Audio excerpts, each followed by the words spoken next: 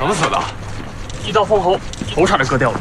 1999年，在某小镇的河边发现了一具全身赤裸的女尸，死者后背被刻上了一个奇怪的菊花图案，死因是脖颈处一道几乎斩掉头颅的伤口。恰逢前夜突降暴雨，现场没有留下任何线索，仅发现了一条疑似125摩托的胎印。忽然，不远处出现了一只叼着格子上衣的狼狗，很有可能是凶手遗落的物证。经过法医检测，死者遇害前遭受过侵犯，但体内并未发现相关液体。死者名叫何燕，是附近剧团的一名舞蹈演员。负责案件的刘队第一时间来到剧团调查。据其他舞蹈演员交代， 死者已经5、6天没来上班了，而且最近几次见到死者时，她好像心事重重的样子，可能是遇到了什么感情问题，但又没听说她有男朋友。不过，死者经常去小吃街的一家理发店做头发，眼瞅着找不到有用的线索，刘队就再次重返案发现场。结果刚来到附近，就看到2个男人正在追逐，他立马下车追了上去，最终扑倒1人并当场抓捕。不料回去后就遭到了领导的痛批，因为他抓来的人其实是死者的哥哥何晨。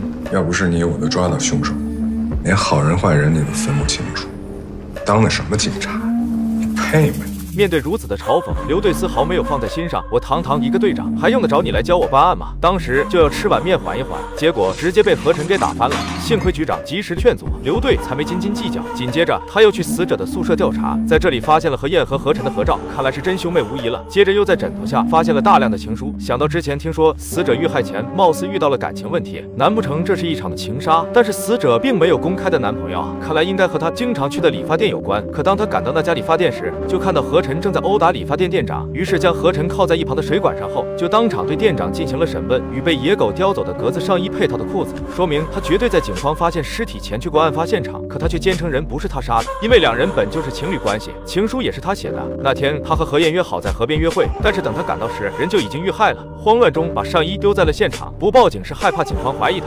上次被何晨追的也是他，他之所以第2次去现场，是为了给何燕烧点纸，他害怕何燕恨他，因为没有直接证据，刘队也只好先放了他。后来他们又对何燕的人际关系进行了调查，可都一无所获，所以这起案件也成了一起悬案。直到3年后，附近皮革厂里另一起命案的发生，刘队才看到了希望，因为这次的死者同样是被一刀封喉，身上也被刻上了一个菊花的图案，肯定是同一人所为。这次他绝对要抓住凶手。就在他准备大干一场的时候，警队却来了一个新人，此人正是3年前死者的哥哥何晨。他利用3年的时间，成功考上了市里的公务员，并主动要求下调到小镇警局，目的再明显不过了。为了抓住杀害妹妹的凶手，何晨首先找到了第2名死者的妹妹，从他那里得知老街有个杀猪的经常调戏姐姐。刘队得知消息后，抢先一步找到了杀猪男，可此人就是个彪子，不仅不配合，还拿着刀要赶走刘队他们。刘队可不吃这一套，直接就是一顿胖揍，然后给带回了警局。可迎来的又是局长的一顿痛骂。原来何晨听说了杀猪男的事情后，之所以没有第一时间抓捕，是因为他和鲁莽的刘队不同。细思缜密的他首先调查了杀猪男的资料，发现他有着充分的不在场证明。案发期间，他一直在屠宰场杀猪，有10几个人可以证明。而且几年前他的手臂还受过重伤，留下了手抖的后遗症。所以他虽然会剥皮，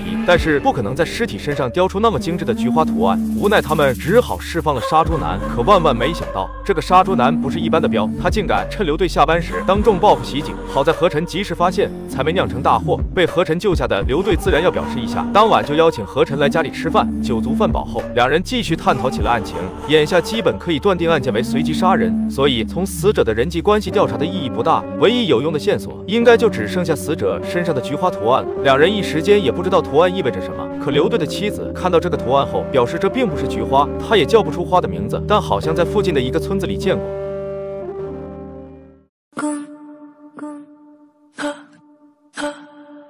小镇上发生了一起连环奸杀案，但凶手完全是无差别杀人，受害人与凶手之间没有任何的社会关系。3年的时间过去了，警方也没能找到案件的源头线索。刘队和何晨将最后的希望寄托在了凶手刻在死者背上的花。他们到附近盛产这种花的村里逐户盘查，可最终还是一无所获。就在这时，凶手又作案了，同样的杀人方式，同样的剥皮雕花，甚至这次凶手还嚣张的在门后用血画了一个大号的花朵，很明显是对警方的挑衅。作案的间隔也更短了。这样看来，如果不尽快抓住凶手，他随时有可能继续犯案。好在警方很快就有了重大发现，这次的死者已经离婚2年了，半年前又找了个男朋友，好赌不务正业，而且他刚巧就是盛产那种花的村子里的人。经过多方打听，2人找到了一个小型赌坊，可刚一进来，就有人认出了刘队的身份。随着一声吆喝，这些赌徒们纷纷四处逃窜。好在刘队在人群中发现了要找的那个男友，并当场抓住了他。可慌乱中，何晨却被什么人给捅了一刀，好在没有生命危险。随后他们对死者的男友进行了盘问，可他却表示人不是他杀的，他也不敢杀人，他还指望女人给他钱花呢。之前他去过死者家里，可赶到时人就已经死了。后面经过调查，警方排除了此人的嫌疑，因为根据死亡时间来看，此人当时正在一辆回程的大巴上，而在赌场捅伤何晨的人是外省的一名逃犯，当时以为两人是去抓他的，才捅伤了何晨。这下案件又陷入了僵局，可凶手的挑衅依然还在继续。警方赶到时，受害者还有一口气，可最终还是没能抢救过来。这次之所以来得这么及时，是因为死者的丈夫当时就发现了凶手，不过没看清样貌，凶手是翻墙逃走的，还不慎划伤了身体，留下了血迹以及一枚脚印。这下刘队又仿佛看到了希望，势必要依靠这个线索抓住凶手。但02年的时候，当地还不具备 DNA 检测技术，刘队眼中的希望就是寻找身上有伤的人，这显然不是很靠谱，而且没有方向的去找一个受伤的人，无疑就是大海捞针。好在细思缜密的何晨从凶手翻墙时留下的脚印发现了一个线索，脚印上有煤炭的痕迹，根据成分来看是一种肥煤，不是普通家里用的那种煤，而是一种只会出现在矿场里的煤。于是他们就去附近的矿场调查，果然在一个偏远的矿场里发现了可疑人物。此人衣着干净，还收拾好了行李，像是准备跑路的样子。垃圾桶里更是发现了大量带血的卫生纸。刘队试探地询问男人，殊不知他已经从背后悄悄摸出了一把刀。好在何晨及时出现，合力之下才制服了男人。之后他们又在另一间房内发现了更有力的证据，满墙的关于奸杀案的新闻，下方的罐子里更是泡着花形人皮。奇怪的是只有一枚。尽管如此，这些铁证也足以给男人定罪了。男人也被迫交代了实情，他一直喜欢最后这个受害者，可他却嫁给了另一个有钱的男人，这才痛下杀手。可当问起先前几起案件的动机时，男人只是大吼着都是他干的，其他的一概不说。既然如此，追凶多年的刘队也无力刨根问底，当时就要以此结案。可意想不到的事情又发生了，这个男人有过前科，被判了5年，1个月前才被放出来，所以前几起案件不可能是他干的。而他之所以模仿杀人，肯定是想嫁祸给真凶，不曾想警方却先抓到了他。或许是出于变态间的惺惺相惜，干脆就承认了所有罪行。好不容易抓到了凶手，却只是个模仿犯，几人不知该如何是好。可偏偏吃饭时又听到有人在嘲讽他们。屁大个地方，能死这么多人，抓了半天，抓了一个冒牌货。咱这地方还有警察？哎呀，警察？什么是警察？警察是干啥的？警察就是抓冒牌货的。来，哥几个，来！一时上头的刘队就和对方打了起来，还不慎被打断了一条腿。可塞翁失马焉知非福，妻子却给他带来了一条喜讯。结婚8年的两人终于要有自己的孩子了。于是，在老婆的要求下，刘队决定将重心转移到家庭上，放下这起追查了6年的案子，把一切都交给了何晨。那他一个人真的能抓到凶手吗？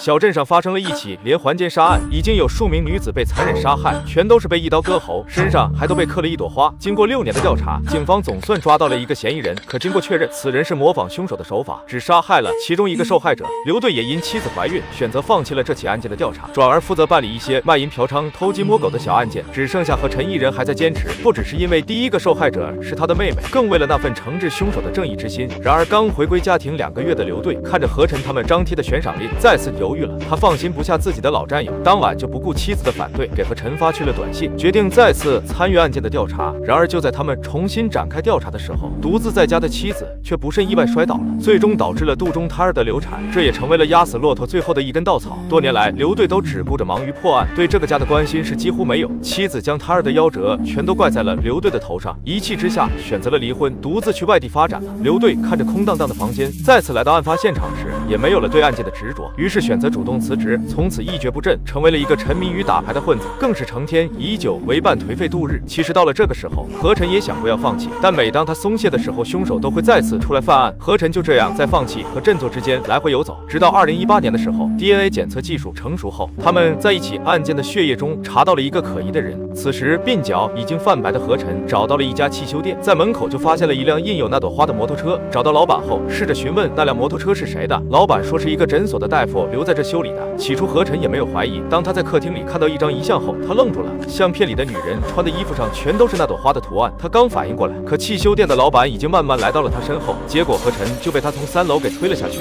摔到汽车上当场身亡。临死前他的眼神就像在说终于结束了，结束的不只有他的生命，也有19年来他对案件的那份执着。当然他也终于为妹妹报仇了。凶手被捕后对所犯下的罪行供认不讳，19年来他总共奸杀了11名女性，但却丝毫毫没有悔改之意，甚至还说杀了人之后感觉完全停不下来，也没有任何杀人动机。至于为何在尸体上刻上那朵花，他的解释是那是母亲最喜欢的花，这还真是可笑，根本就是个变态。可以说此人就是一个人面兽心的畜生。当然，等待他的也必然只有死路一条。影片的最后，警方在乡下找到了正在喂羊的刘队，因为近20年来的追凶，何晨没有成家，母亲死后没有了任何亲属，所以警方只好找到刘队来领取何晨的遗物。看着满屋子案件的资料，相信刘队平静的外表下一定藏着无法诉说的委屈，因为能理解他的人已经不在了。他们两人既是同事，也是知己。可悲的是，为了一件案子，一个失去了生命，一个失去了生活。